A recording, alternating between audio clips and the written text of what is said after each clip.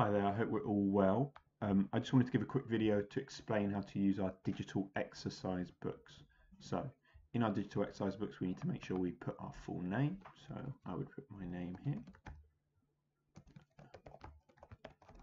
our full, and our history teacher. Now, obviously, they will be different for you, but that needs to stay there at the front of your exercise book. You then need to put your lesson title. So for instance, if I was in year 7, my lesson for week 1 would be this one here. When was it safest to speak your mind? So I would place that in lesson title 1. And the date today, which is the 30th of the 3rd, 2020. And then I would do the activities underneath that title. So that would be my first lesson. Okay, I would then click turn in when I've done that, so my teacher can mark it.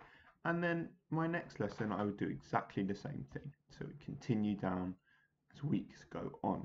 Okay, so that would be week 1 lesson. You may even want to title it week 1 if you'd like. I hope that's clear. Any questions, please do ask your teachers. I hope you stay safe and stay well.